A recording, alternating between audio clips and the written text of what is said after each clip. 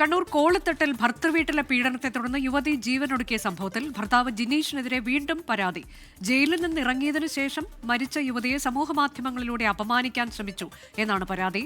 അപകീർത്തി പോസ്റ്റുകൾ സഹിതം മരിച്ച സ്നേഹയുടെ കുടുംബം പോലീസിൽ പരാതി നൽകി. അരുൺ പൂപ്പറമ്പ വിവരങ്ങളുമായി. അരുൺ, കൂടുതൽ പരാതികൾ ഉയർന്നു വന്നിരിക്കുകയാണോ?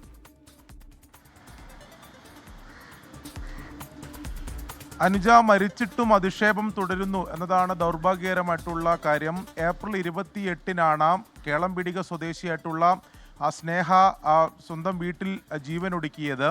അന്ന് ആത്മഹത്യാക്കുറിപ്പുൾപ്പെടെ കണ്ടെത്തിയിരുന്നു. അതിൽ ഭർത്താവും ഭർത്തൃ വീട്ടിലെ പീഡനവുമാണ് തൻ്റെ ആത്മഹത്യയിലേക്ക് നയിച്ചതെന്ന് അവിടെ കുറിച്ചിട്ടിരുന്നു.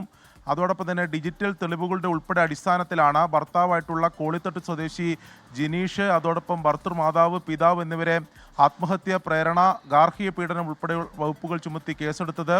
അതിൽ ഭർത്തൃമാതാവും പിതാവിനും മുൻകൂർ ജാമ്യം ലഭിച്ചിരുന്നു. ജിനീഷിനെ പോലീസ് അറസ്റ്റ് ചെയ്യുകയും പിന്നീട് ജയിലിലടക്കുകയും ചെയ്തു. ജയിലിൽ നിന്ന് ജാമ്യം ലഭിച്ചതിന് ശേഷമാണ് ഈ അധിക്ഷേപം വീണ്ടും തുടർന്നത്. അതിൽ ആദ്യഘട്ടത്തിൽ ഒരു പരാതി ഇരിട്ടി പോലീസിൽ നൽകിയിരുന്നു. അപ്പോൾ പോലീസ് ഇയാളെ വിളിച്ചു വരുത്തുകയും താക്കീത് നൽകുകയും ചെയ്തു.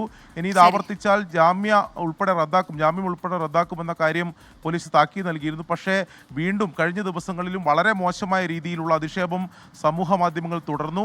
അതിൻ്റെ അടിസ്ഥാനത്തിലാണ് വീണ്ടും പരാതി നൽകിയിരിക്കുന്നത്. ജാമ്യം റദ്ദാക്കുന്ന നടപടി ഉൾപ്പെടെ ഉണ്ടാകും. കേസെടുത്ത് അത്തരം നടപടിയിലേക്ക് പോകുമെന്നാണ് പോലീസ് ഈ ഘട്ടത്തിൽ അറിയിക്കുന്നത്. മരണശേഷം വീണ്ടും അധിക്ഷേപം എന്നുള്ള പരാതിയാണ് കണ്ണൂരിൽ നിന്ന് ഉയർന്നു വരുന്നത്.